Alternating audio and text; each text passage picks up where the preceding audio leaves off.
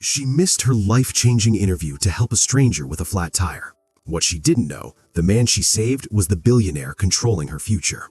For the daughter of a maid, the Hartnell Legacy Scholarship wasn't just tuition, it was escape. A violent storm left her running through icy rain, her only good suit drenched.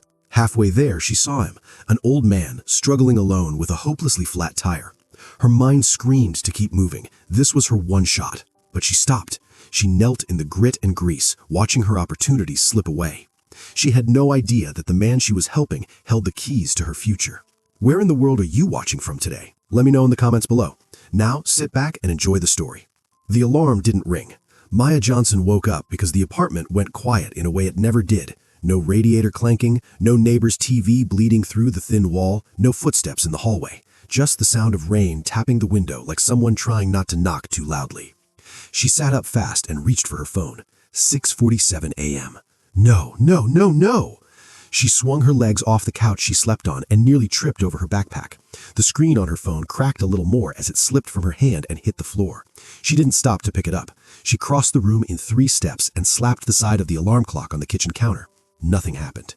She stared at it for half a second, then laughed once, sharp and breathless, like her body didn't know what else to do. The clock had been broken for months. She'd just been too careful to forget it mattered today. In the small bathroom mirror, Maya saw her face before she really saw herself, eyes already wide, hair flattened on one side, jaw tight. She turned on the sink. The water came out weak and brown for a second before clearing. She splashed her face, wiped it with the edge of a towel that had gone stiff from too many air dryings, and whispered, "Okay, okay." From the hallway came the sound of keys dropping into the ceramic bowl by the door. "Maya?" her mother's voice called. "You up?" Maya stepped out as Laura Johnson came inside, shoulders slumped, rain darkening the collar of her jacket. Her shoes were off before the door fully closed. She rubbed her feet against the mat like she was trying to wipe away more than water. "You're home early," Maya said. Laura smiled, tired but real. "Mrs. Klein didn't want the windows done today. Storm's coming in sideways up there." She moved toward the kitchen, then stopped when she saw Maya standing there, dressed halfway, holding a blazer like it might disappear if she let go. Laura looked at the clock, then at Maya. "Oh," she said quietly. Maya swallowed. "The alarm—" "I know," Laura said, crossing the room and taking Maya's shoulders, not squeezing, just grounding her. "Okay, we breathe, we move." Maya nodded fast. Laura turned, grabbed the envelope off the counter, slid it an inch toward the edge like she'd been meaning to hand it over all morning. The rent check inside bent against the flap. "Top pocket," Laura said, already turning away to hang her jacket. "Take it." Maya slid the envelope into her bag without looking. The blazer still felt wrong in her hands. It belonged to Mrs. Alvarez downstairs, who had pressed it into Maya's arms 2 nights earlier and said, "You look like someone who should be wearing this." Maya pulled it on carefully, like she was afraid to crease someone else's future. Laura poured coffee into a chipped mug and didn't drink it. She just held it, steam curling around her fingers. "You got everything?" she asked. Maya nodded again. "Essay? Resume? Portfolio?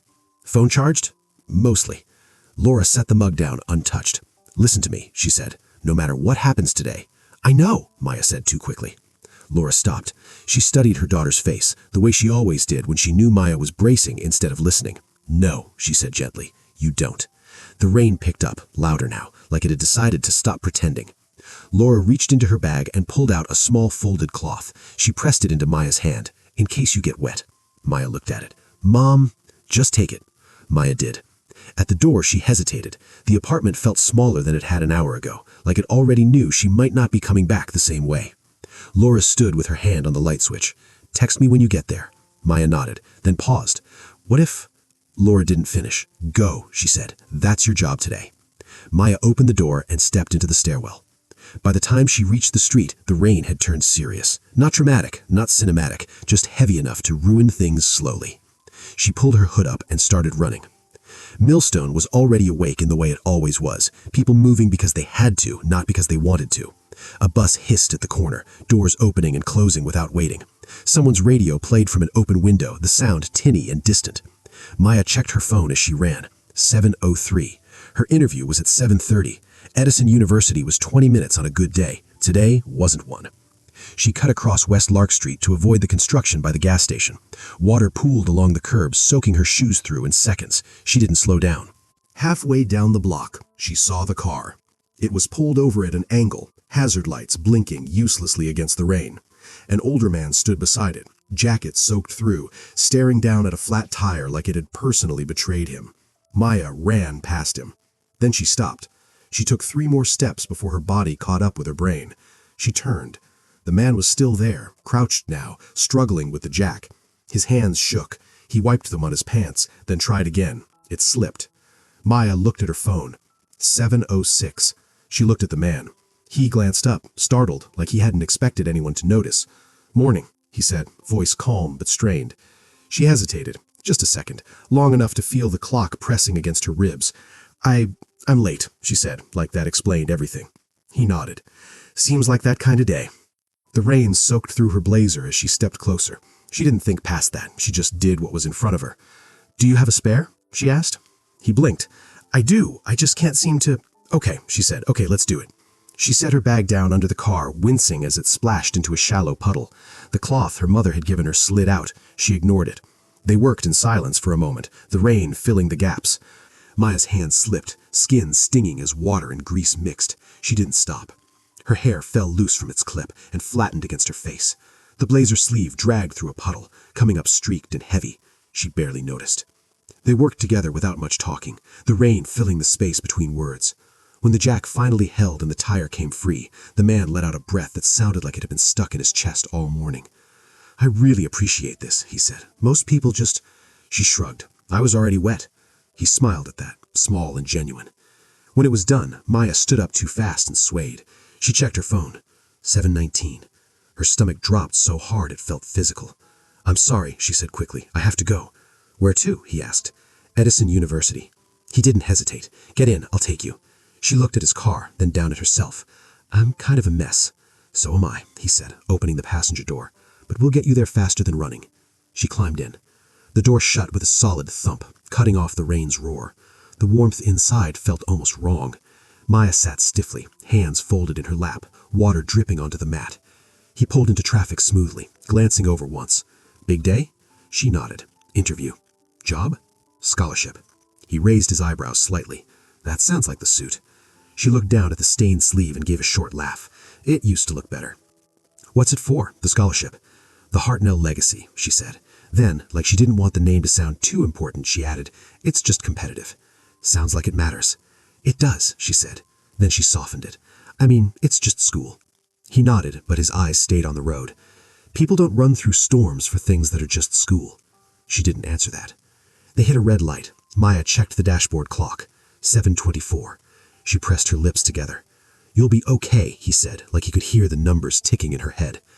"Maybe," she said. "I'm late." "How late?" She hesitated. "I will be." The light changed. He accelerated, careful but quick, threading through morning traffic with practiced ease.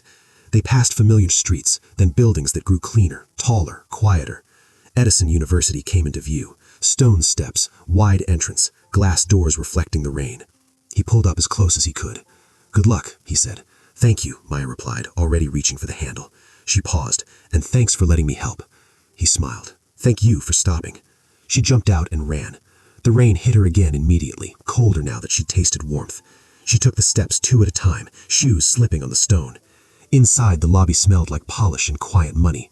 Her reflection in the glass doors looked smaller than she felt, soaked, flushed, out of place. She checked her phone one last time. 7:34. 4 minutes. Maya slowed to a walk, chest heaving, water dripping from her sleeves onto the floor as she crossed towards the administration desk, knowing before she said a word that the storm hadn't been finished with her yet. The warmth inside the building didn't help. It made everything feel sharper. Maya crossed the polished floor toward the reception desk, water spotting behind her with every step. Her shoes made a faint, embarrassing sound she couldn't stop. A woman in a tailored gray blazer looked up from her tablet as Maya approached. The woman's posture was perfect, calm, controlled. Her nameplate read Chloe Reed. "Yes," Chloe said, already scanning Maya from wet sleeves to scuffed shoes. "I'm here for the Hartnell legacy interview," Maya said, breath still uneven. "I know I'm late, but—" Chloe tapped the tablet once. "Name?" "Maya Johnson." Another tap. A pause just long enough to feel deliberate. "Your interview was scheduled for 7:30. It's now 7:34. I know, there was an accident. I stopped to help someone with a flat tire and—" Chloe lifted her hand, polite but final. "I understand you may have had a difficult morning." Maya nodded, water dripping from her hair onto the front of her blazer. I can still do it, the interview. I won't need the full time, The interview window is fixed, Chloe said. Her voice never rose. We run a very tight schedule. Maya swallowed. I ran here. I came as fast as I could. Punctuality is one of the core values of the Hartnell legacy. Maya stood there, hands clenched at her sides, water pooling at her feet. I've prepared for this for months, she said. Please. Chloe hesitated for half a second, not long enough to change anything. I'm sorry. We'll keep your file on record. Maya stared at her. That's it? Chloe gave a small nod. That's it. The words landed heavier than the rain had. Maya turned away before her face could do something she couldn't control. She walked back across the lobby, shoes still squeaking, each step echoing too loudly in the open space. No one stopped her. No one looked at her twice. The glass doors swung open, and the rain welcomed her back like it had been waiting. She didn't cry on the steps. She sat down, elbows on her knees, staring at the wet stone beneath her shoes until the pressure in her chest eased enough to breathe. Her phone buzzed with a message from her mother. Did you make it? Maya didn't answer. A group of students burst through the doors laughing, umbrellas snapping open as they spilled out onto the steps. One of them clutched a folder to her chest, eyes bright, voice shaking as she said, I can't believe it. Another hugged her. You did it. Maya watched them from her spot on the steps, rain sliding down her sleeves, soaking through to her skin. She pulled the blazer tighter around herself, even though it was already ruined. She glanced toward the street, half expecting to see the car that dropped her off. It was gone. Of course it was. The traffic moved like nothing important had happened. West Lark Street felt far away now, like something from another life. Maya stood, shoulders stiff, and started down the steps. Every choice cost something, she thought, not as a lesson, just as a fact. And as she walked away from Edison University, rain following her like it always had, Maya believed she already knew exactly what hers had cost her. The bus smelled like damp clothes and old vinyl. Maya sat near the back, hands folded in her lap, eyes fixed on the rain sliding down the fogged-up window. Each stop came and went without meaning. People climbed on, shook water from their jackets, complained softly into phones. No one looked at her. She was grateful for that. Her phone buzzed again. She didn't check it. The city blurred past, cleaner neighborhoods giving way to cracked sidewalks and familiar storefronts with faded signs. When the bus hissed to a stop near her block, Maya stood on legs that felt heavier than they should have. The walk to the apartment was short. Too short. Laura was at the small kitchen table when Maya came in, folding laundry with slow, careful movements. She looked up, already smiling, until she saw Maya's blazer. The smile didn't disappear, it just changed shape. Oh, Laura said quietly. Maya closed the door behind her. Water dripped on the floor between them. She didn't take off her shoes. They didn't let me interview, Maya said. Her voice sounded distant, like it wasn't fully attached to her body. I was 4 minutes late. Laura set the down and stood. She didn't rush. She didn't say anything right away. She just stepped closer and reached out, fingertips brushing the wet fabric at Maya's sleeve. I know, she said softly. Maya let out a breath she hadn't realized she was holding. Her shoulders sagged. I tried. I really tried. I know you did. They didn't even... She stopped, swallowed. They didn't want to hear it. Laura pulled her into a hug. Not tight, not dramatic, just enough to say, you don't have to stand on your own right now. Maya leaned into her, forehead pressing against her mother's shoulder. She didn't cry. She just stood there until the shaking eased. After a moment, Laura stepped back and took the blazer from her gently. Go change. You're freezing. Maya nodded and moved toward the couch, peeling off the ruined suit piece by piece.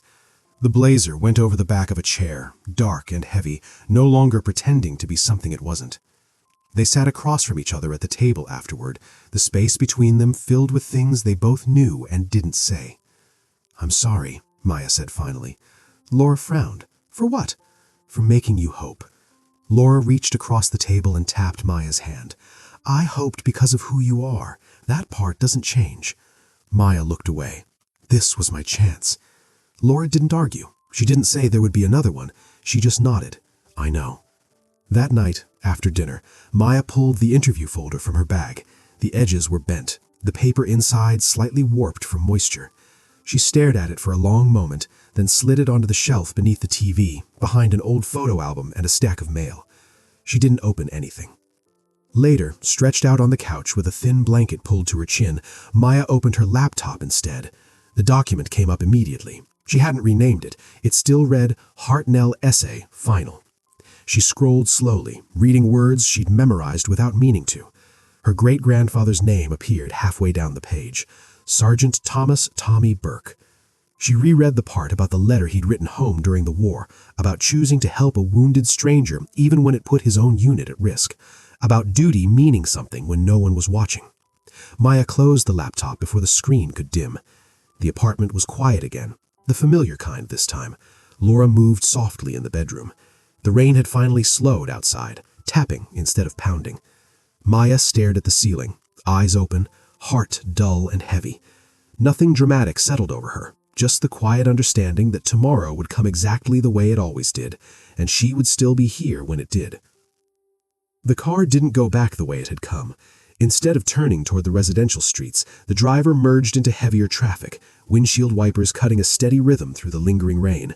The man in the back seat sat quietly, jacket folded beside him now, hands resting on his knees.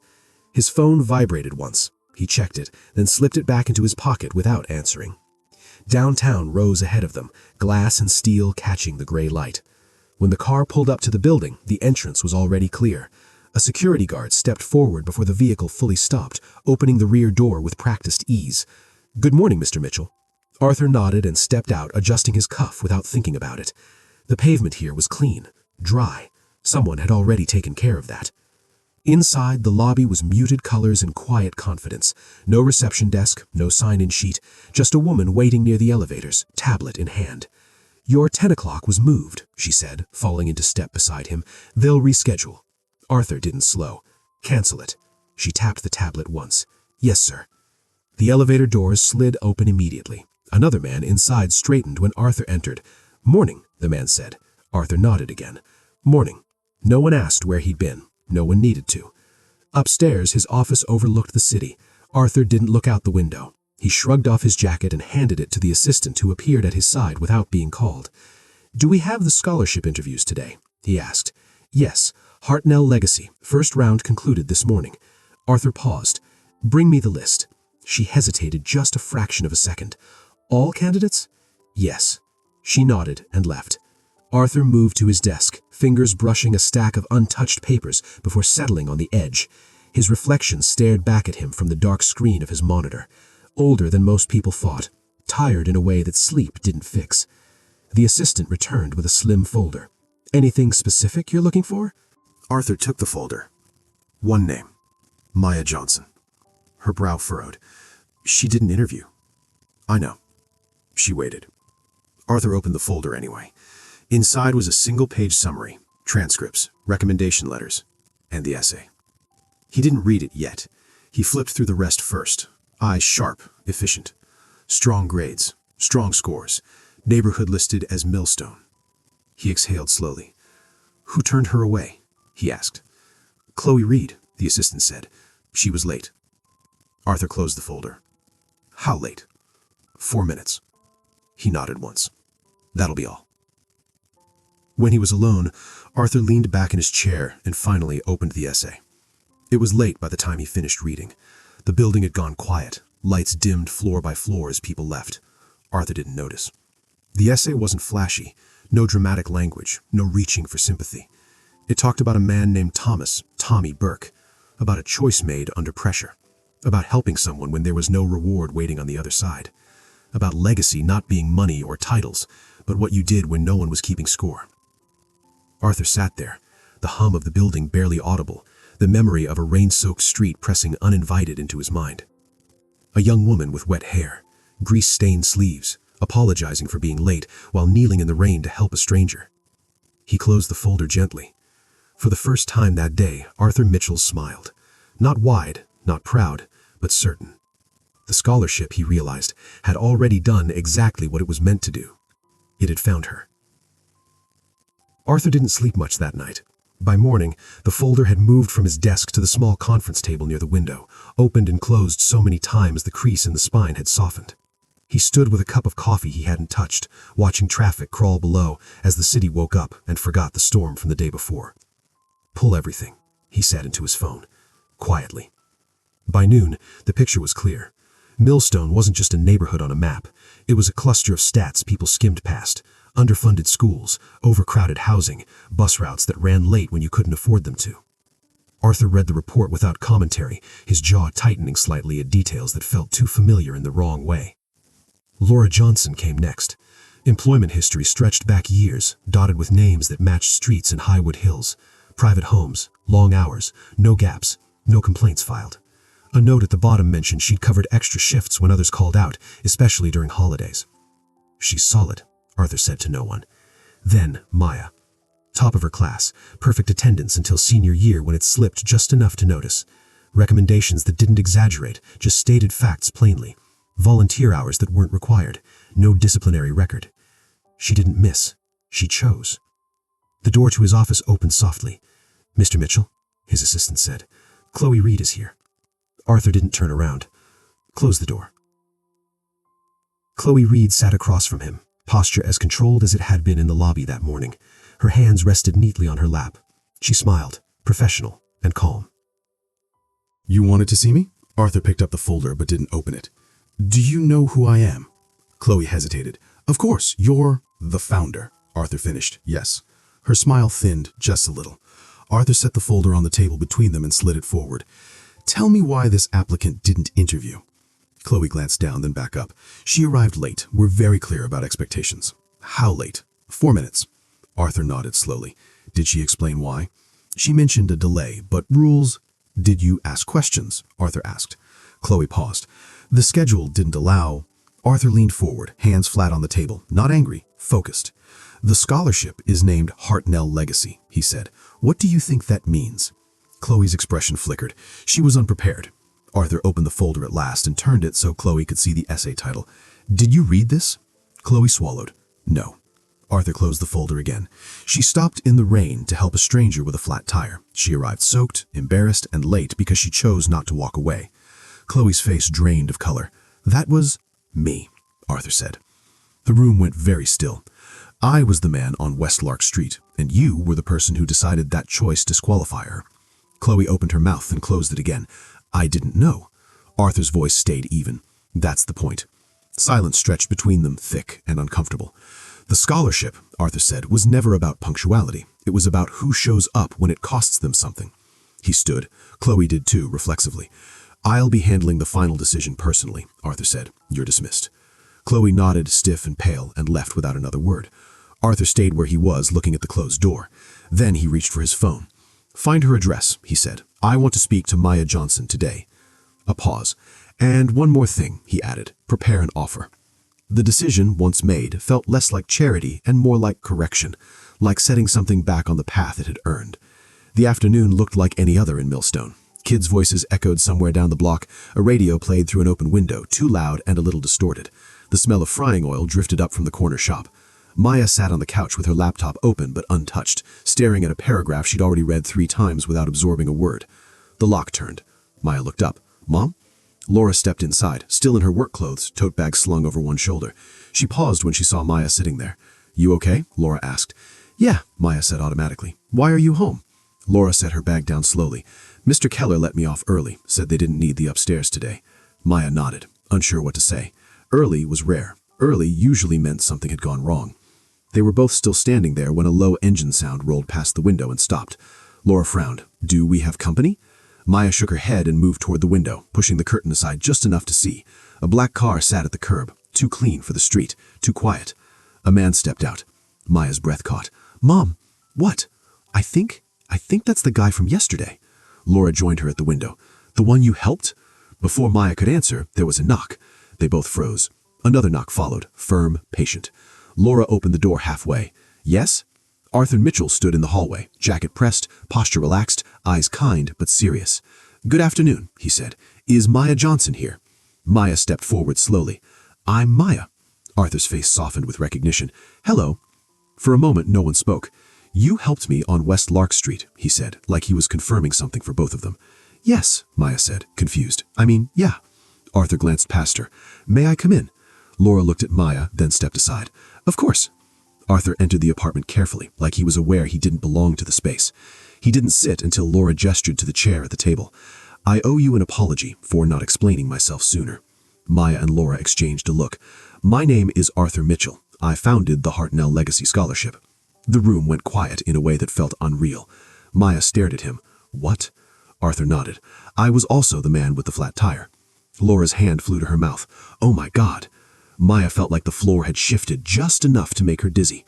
I came because there was a mistake, Arthur continued, and I wanted to correct it in person. Maya's voice came out smaller than she expected. I was late. Yes, Arthur said, because you stopped to help someone. Maya didn't answer. The scholarship, Arthur said plainly. You did not fail. Maya blinked. I didn't? Arthur shook his head. You won it. The words hung there, heavy and impossible. Laura let out a soft sound, half laugh, half sob. She sat down hard in the nearest chair. Maya's chest tightened. That's not... I didn't even interview. Arthur met her eyes. You did, just not in the room. Maya swallowed, her vision blurred. She wiped at her face quickly, embarrassed by the heat behind her eyes. I read your essay, Arthur said, about your great-grandfather, about choosing to help when it costs you something. Maya nodded, unable to speak. You lived it, he said, that morning, without knowing anyone was watching. A tear slipped down despite her efforts to stop it. Laura reached out and took her hand. This scholarship, Arthur said, was never meant to reward performance. It was meant to recognize character. Maya shook her head slowly, disbelief still winning. So, I'm going to Edison? Arthur smiled. If you want to. Maya let out a breath that sounded like it had been trapped in her for years. Yes, she said. Yes, I do. The apartment felt smaller then, fuller, like something impossible had found a place to land. Arthur stood. There's one more thing we should discuss, he said, turning to Laura. Laura straightened, wiping her face. Okay. Arthur's tone stayed calm, respectful. This opportunity extends to you as well. Maya looked between them, heart still racing, as the future, sudden and fragile, waited just on the other side of the door. Arthur didn't rush into it. He waited until Laura's breathing steadied, until Maya had wiped her face and folded her hands in her lap like she needed something solid to hold on to. Then he turned fully toward Laura, giving her the same attention he'd given Maya. You've worked in Highwood Hills for a long time, he said. Laura blinked. Yes. Arthur nodded. I looked into it. You've cleaned homes people forget they even own. You've kept things running so others could live comfortably without noticing the work behind it. Laura's shoulders tensed. I just do my job. Arthur met her gaze. You do it well, consistently, without complaint. Laura hesitated. I don't understand. I'm offering you a position, Arthur said, household manager at my estate. The words didn't land right away. Maya looked at her mother. Laura stared at Arthur as if he'd spoken in another language. I clean, Laura said carefully. I don't manage estates. Arthur smiled slightly. You manage people's lives every day. This would simply come with the title. Laura shook her head. Sir, I appreciate, truly, but I don't want charity. Arthur leaned back in his chair. Good, he said, because that's not what this is. He folded his hands. I need someone I trust. Someone who understands what work looks like when no one is watching. Someone who will care for the place, not just maintain it. Laura's eyes dropped to the table. I don't know if I can leave Millstone. You wouldn't have to, Arthur said. There's a cottage on the property. Modest, private, yours if you choose. Maya's breath caught. Mom? Laura held up a hand, eyes still on Arthur. What about pay? Arthur answered without hesitation. More than you're making now, with benefits, stability. Laura closed her eyes for a moment. When she opened them, they were wet but steady. I've worked my whole life, she said quietly. I don't want to feel like I owe anyone. Arthur nodded. Then don't owe me, he said. Earn it. Silence stretched. Laura looked at Maya. Maya squeezed her hand, not urging, not begging, just present. Laura took a breath. If this is real, she said slowly, if this is work, real work, then I'll try. Arthur smiled, this time warm and certain. That's all I ask. Maya laughed softly, the sound breaking through the weight in the room. So we're really doing this? Arthur stood. Yes, he said, you both are. Laura let out a shaky breath, then laughed too, pressing her hand to her chest. Okay, she said. Okay. They stood together in the small apartment. Rain finally stopped outside, the future settling into place not with fireworks, but with trust.